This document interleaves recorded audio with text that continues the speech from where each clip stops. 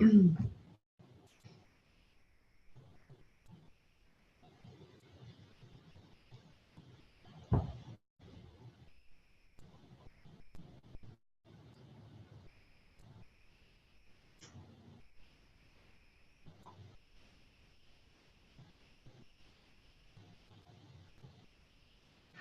hello, hello, everyone. I hope everybody's having a great Wednesday. I am Kim Hansen. I am the preacher of leadership. And today, I'm going to do these live webinars. I don't know if you've been following me, but I'm going to do these live webinars. I'm going to try and do them every Wednesday. I'm going to shorten them a little bit from about a half an hour to maybe 15, 20 minutes if I can keep it in that realm and I don't go talking too long. Please, please, please, if you like or have a question about something, go ahead and post it in the comments section, and I would be happy to answer any questions either while I'm live or later, because I will be checking in on my comments. And make sure to like and love me, because you know I just love the love. So today we're going to be talking about the 4 pillars to effective change. And we're actually not going to be talking about the specific 4 pillars today, but what we are going to talk about is the foundation to change, the foundation of why we want change. And I do have a screen, I'm going to screen share here with you guys and pull up. I even created a PowerPoint for you today. So let's see if I can pull up my PowerPoint on my presentation. Hang on, hang on. I know it's like, okay, I'm going to click to slideshow view. I think I got it, guys. Look, I'm all like technology savvy today. Okay, so here are the 4 pillars. These aren't actually the 4 pillars of change. We're going to talk about the 4 pillars of change. I am Kim Hansen, the leadership coach. That's at least what I said, what I called myself. And here are our 4 pillars. So we have reflection, direction, action, and impact. And when we want to implement change effectively in our organization or even in our personal life, wherever we're, oh my gosh, you guys, my dog is barking. So I'm just going to let her bark. I didn't put her away. Whenever we implement change, we really want to really consider these 4 pillars, and we do them one step at a time. So over the next 4 weeks, I am going to go over each pillar with you, but today we're going to talk about change in and of itself. So why do we want change? So here we have our little, our little seed that we're planting. And for some of you, you're just starting out in business. For some of you, you've grown quite a bit in business. And oh my gosh, you guys, my dog is driving me crazy right now. Not what I planned to have her barking, but I hope it doesn't bother you too much.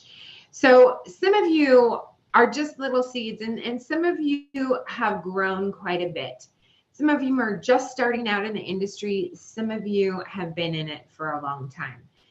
And wherever you are in the process, life is really just, and it's not even in business, life is just a constant evolution of change. Hopefully that is a positive change. No, not obviously not all things are positive change. So what, I'm going to move my picture down here. So how can we equate positive change? How do we go about evoking positive change? So there is intentional change and there's unintentional change. So in unintentional change, we have no choice in it. That's not always a positive change. Let's say, for all my hairdresser people out there, let's say you have a walkout. So that wouldn't be intentionally. You wouldn't like set out to create a walkout. It's probably something at a deeper level that's like an unconscious thing. But what we want to do is we want to bring the unconscious to the conscious, to our thinking. And so what positive change is it's intentional action over unintentional action. So how do we create intentional action more so than unintentional action? We use the 4 pillars is actually how it's done. We reflect, we create direction, we decide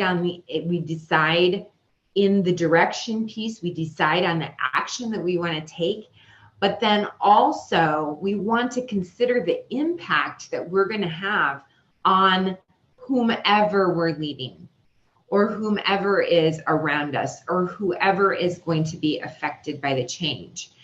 So if you do not create change, change will create you. Essentially, that's unintentional change, change that creates you. So you see this guy on this bike over here?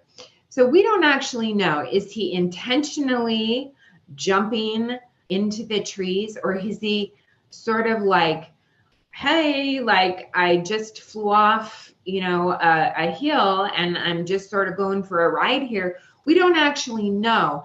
But hopefully when you look at his face in the picture, he looks pretty focused. He looks pretty poised. So we're going to assume that this is not an accident, because sometimes we think, our thinking is that accidents are unintentional, that they're unintentional changes. They're actually us not really looking and reflecting effectively on what's happening.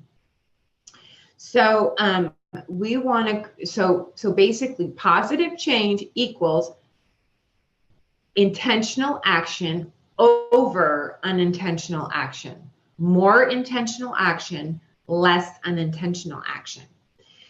So I think probably one of the biggest problems of the salons that I coach and the people that I speak with, it's resistance to change. They will run up against something, or they'll try and implement something new, and their team has a resistance to it. It's like, oh no, like here's changing, here we're going to change, here we're changing, and here we're going along for the ride. They don't have any say unless you have an emotional culture, or it's in your culture, you actually have that ability for your team to have a say. But a lot of times our team doesn't have a say in the direction that we take. So then they become resistant to it because they didn't choose it. It's happening to them, right? Is it an accident? No. It's something that we hopefully as leaders intentionally create.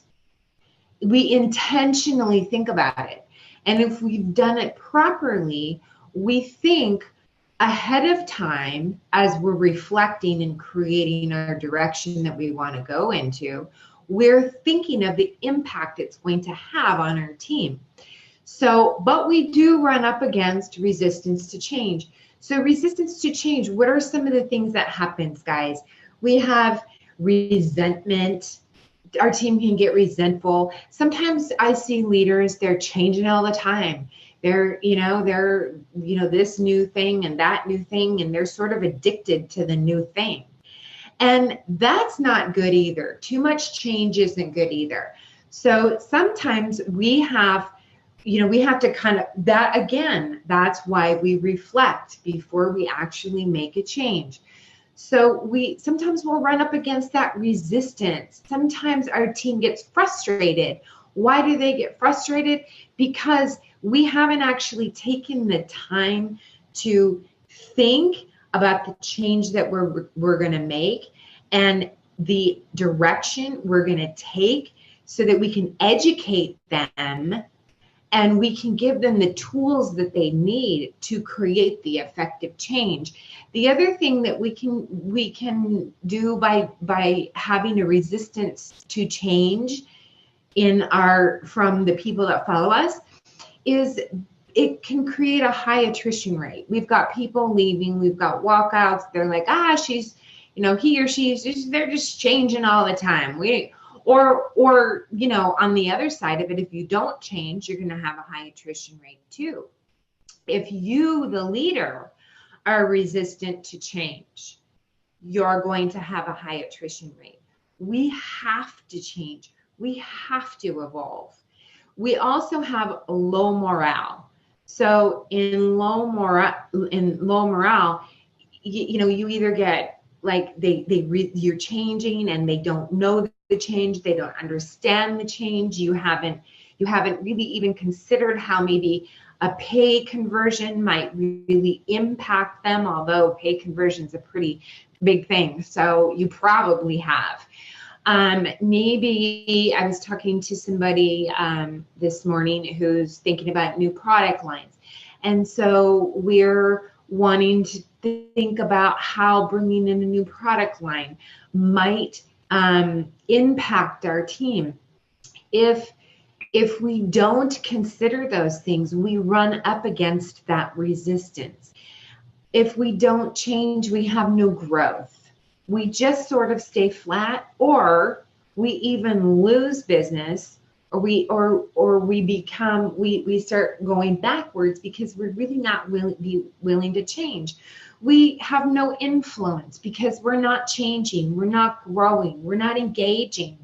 We have no creativity. If there's no change and there's no passion, and it becomes boring. All those things, especially in our industry where it's really, we're effectively creating change every single hour on the hour. Our clients are coming into us all the time. Some of them want to change. Some of them are resistant to change. And so we need to kind of bring them into the direction to, 2018 with their hair, or maybe they're changing too much and their change is too rapid and they're wrecking their hair. We need to manage those changes too.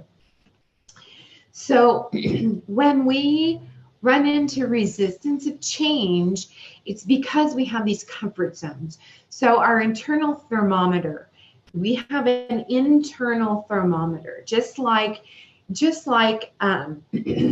there's a thermometer hanging on the wall. There we have an internal thermometer, and those are called set points. And sometimes our set points are unconscious skews of our unconsciously are skewing our perception to change. So we have one of the set points we have is relational set points, or some people like to call them boundaries. So in a relationship, in any relationship, whether you're in a relationship with a significant other or whether you're in a relationship, or whether it's a relationship with an employee-employer, or whether it's just a friend, we have boundaries or relational set points that we have internally inside us. Usually those things are all based on our subconscious thinking. We have money set points where we feel comfortable. Ultimately, people are only motivated by two things. They're motivated by pain, or they're motivated by pleasure. So in a money situation, you can have some people that have a higher threshold of a money threshold. So they can get broker and broker and broker, and it doesn't seem to bother them. Where other people like to have a lot of money in a savings account, and if their savings account dips below a certain point, it's pushing against their comfort zone of where their money set point is. Another one is weight set point.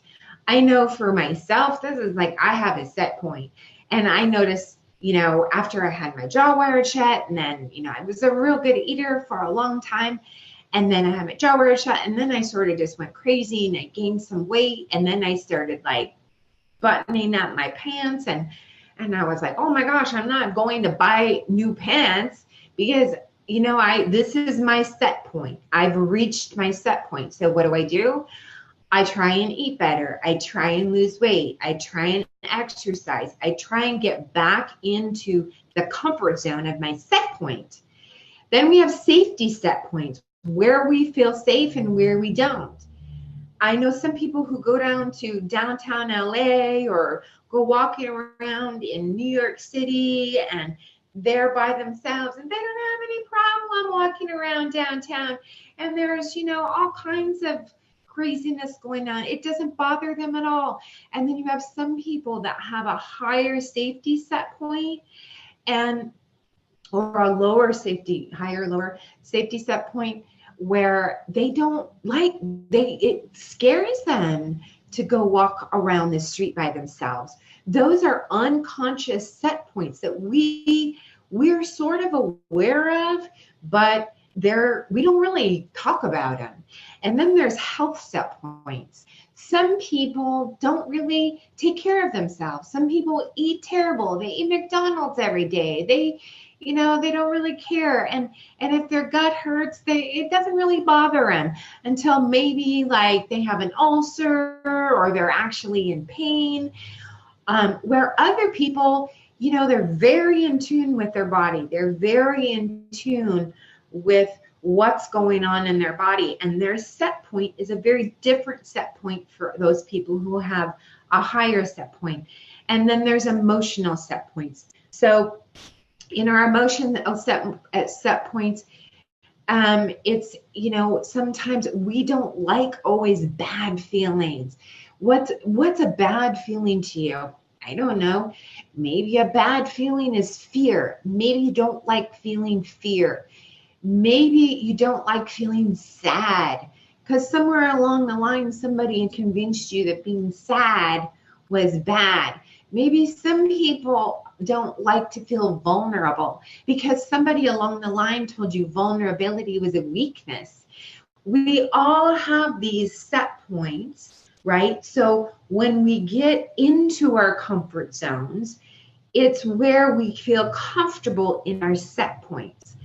But in order to grow, and in order to push past, in order, like in a safety set point, if you want to travel the world and you want to go to Europe, and you have to evolve and you have to open up your comfort zone and get a little bit consciously, we need to consciously get a little bit different set point to our safety set point or money set point.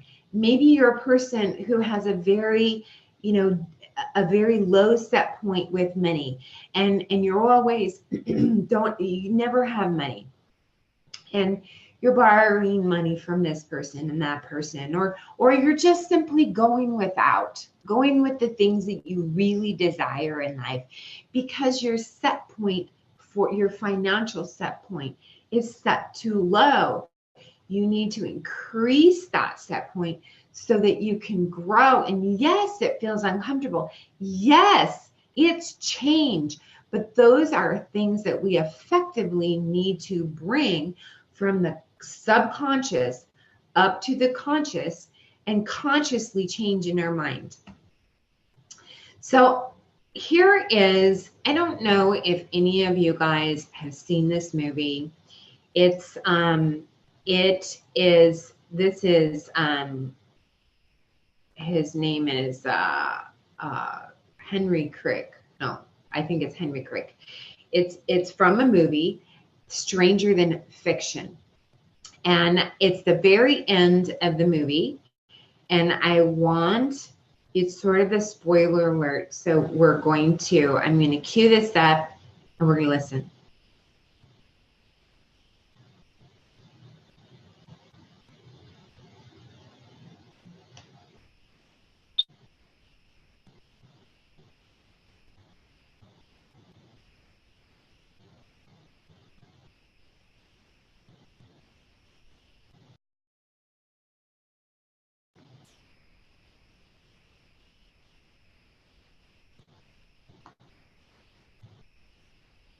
I don't know that you guys can hear it. Can you guys hear it?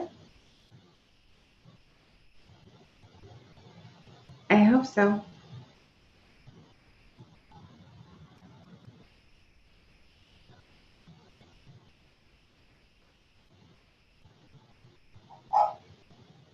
Can you guys hear it?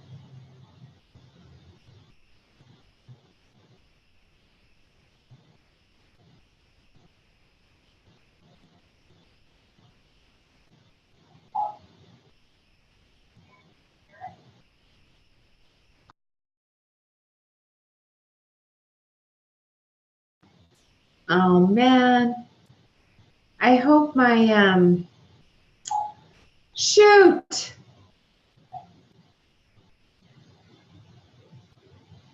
I'm so bummed. I can't figure out how to video settings. Oh, audio options.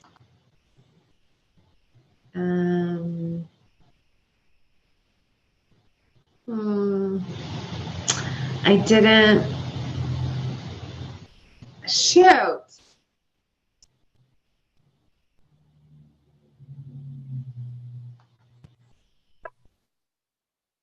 I'm testing my speaker. I don't know, guys. Maybe I can't play it. I loaded it.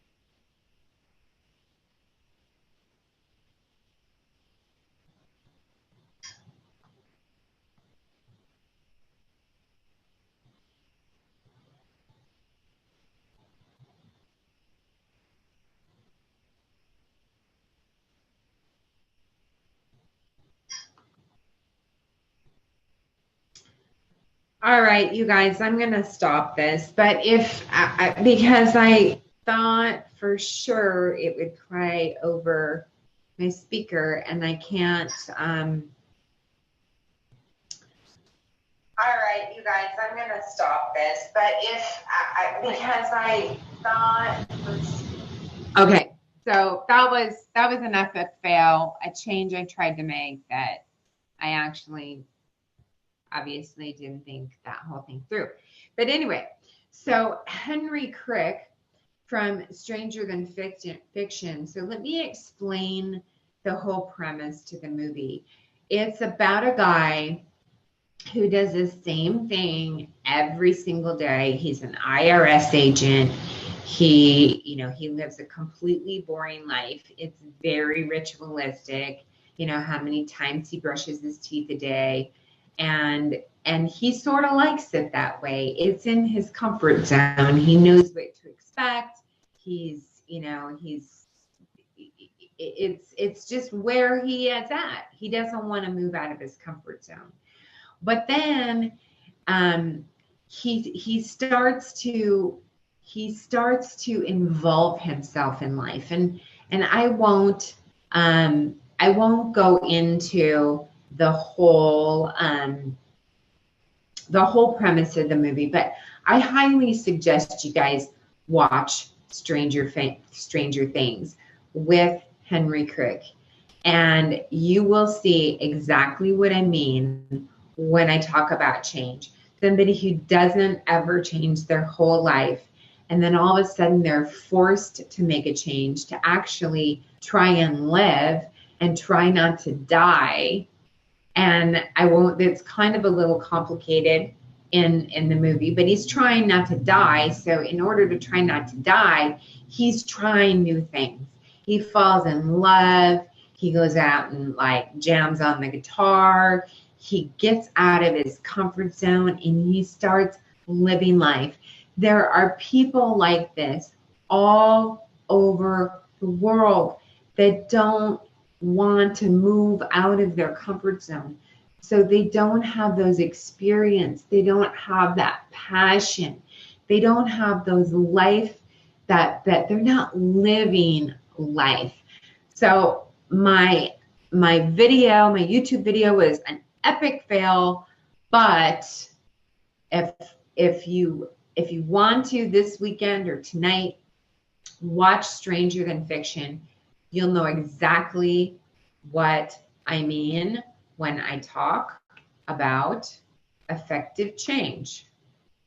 So now I'm going to transition to hopefully my next slide.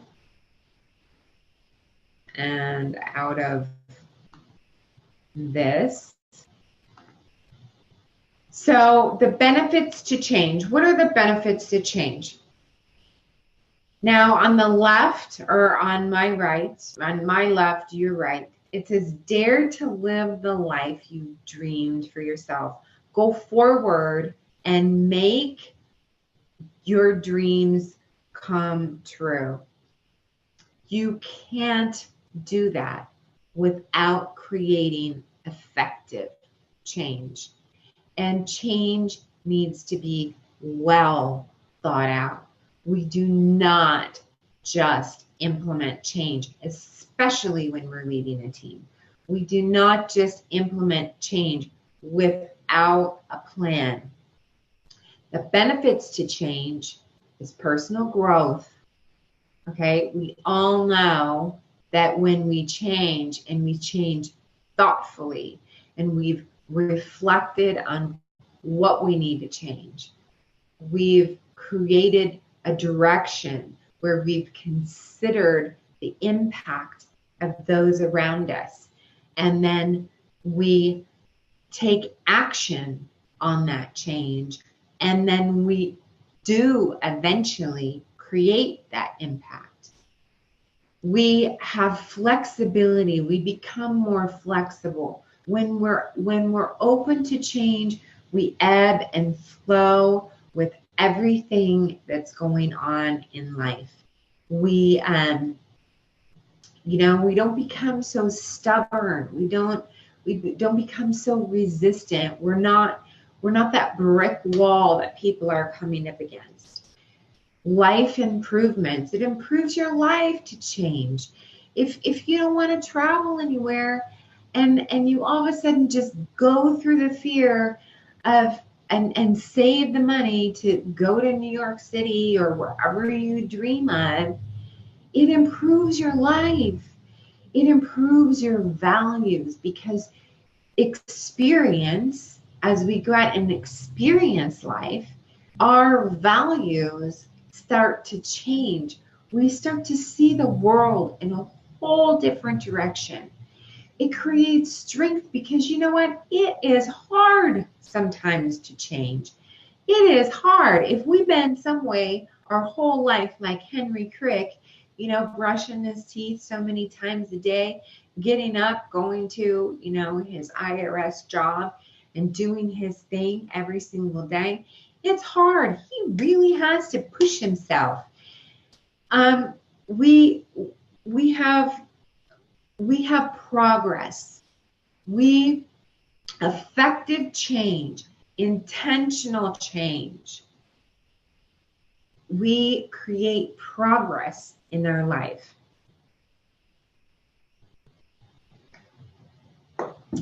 We have professional growth.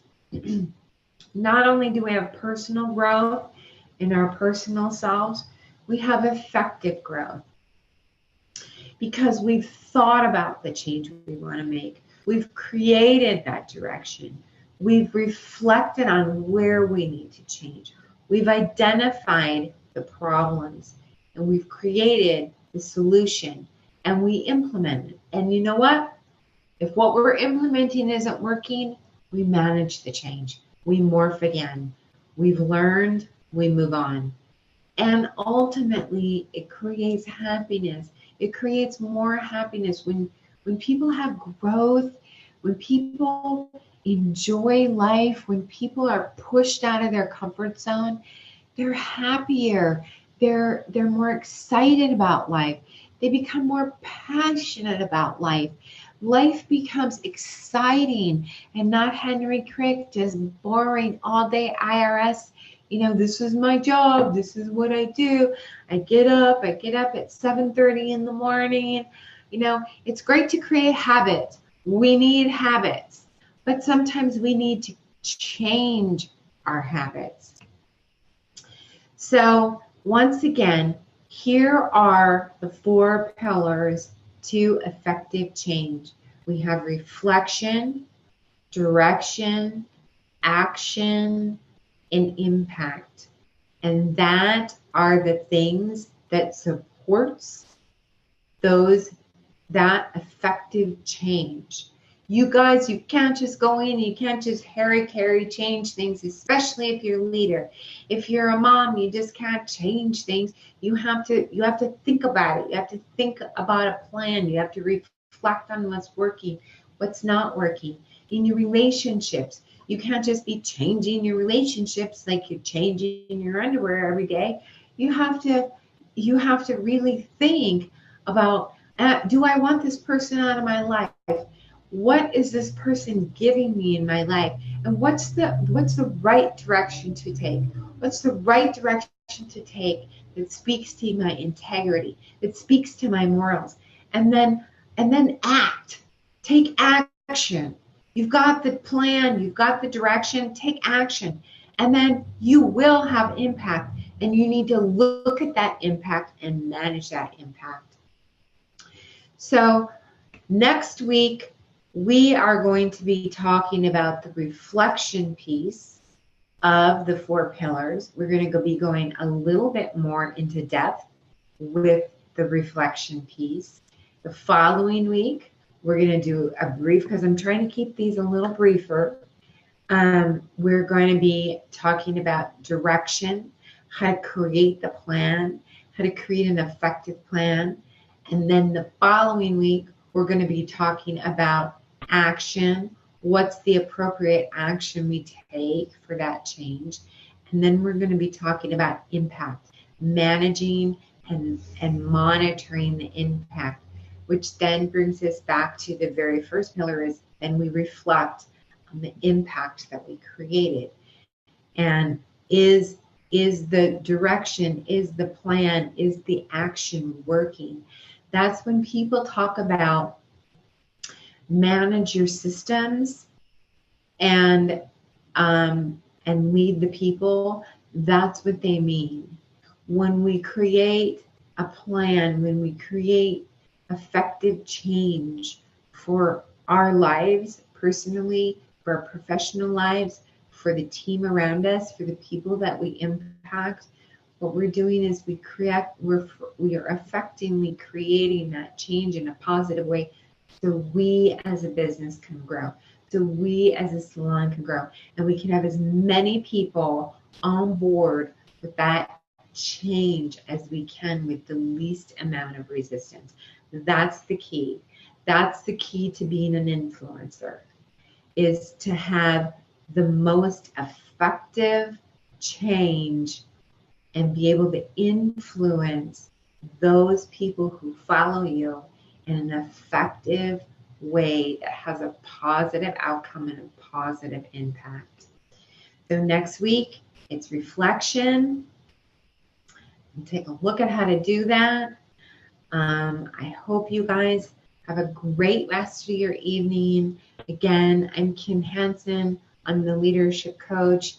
If you have any questions for me, you'll see in my slide previous, I offer a 30-minute consultation, absolutely free, no strings, no nothing. It's just to see if, you know, what I can help you with, and I can maybe give you some brief direction in a 30-minute consultation.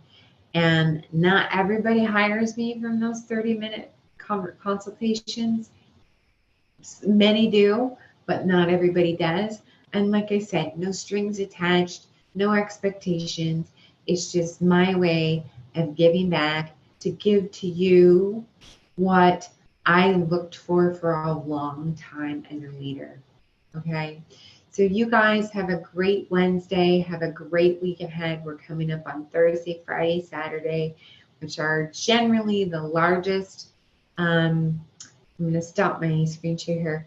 They're the largest, biggest moneymaker days. Those are the moneymaker days, especially Friday and Saturday in most salons. Although some people tell me Sunday, Mondays are real big moneymakers too, because they effectively embraced change. You know, one of the things too I want to talk about real quick, and I'm kind of going over, and I'm really sorry, but I don't know, I get talking, but you know, there's a couple laws that are being passed, SB 999 in the state of California, and then there's another law that there's 25 states, I believe, that are having deregulation. There's a lot of people up in arms about that. Some of us are trying to control it. We have people lobbying for us. Some people are on the side of deregulation. Some people are not on the side of deregulation. But in assuming that it may or may not happen, we as an industry, we need to think about what hasn't worked in the past. We need to start creating a new direction for our company. If this industry, or if your state becomes deregulated or partially deregulated with laws like SB 999, where, you know, anybody can do a blow dry, anybody can do a shampoo. I don't know about thermal styling, probably that too. If that passes, because that to some degree is change, that it's kind of, we're not creating that change. Somebody's creating that change, but we're not creating that change.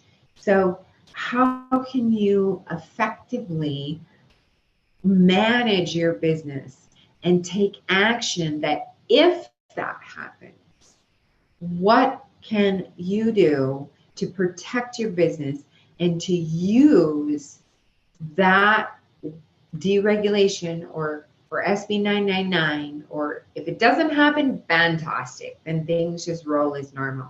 But if it does happen, what can you do within your organization to effectively create change, to use that, that thought about partial deregulation to advance your company, to advance it further.